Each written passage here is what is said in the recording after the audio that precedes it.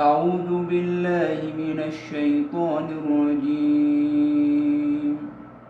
بسم الله الرحمن الرحيم. وإذ يرفع إبراهيم القواعد من البيت وإسماعيل ربنا تقبل منا إنك أنت السميع العليم.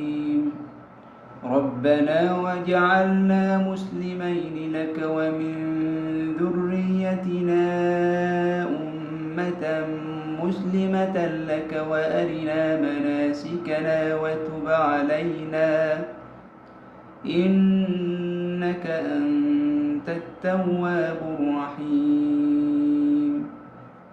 ربنا وابعث فيهم رسولا منهم يتلو عليهم آياتك ويعلمهم الكتاب والحكمة ويزكيهم إنك أنت العزيز الحكيم.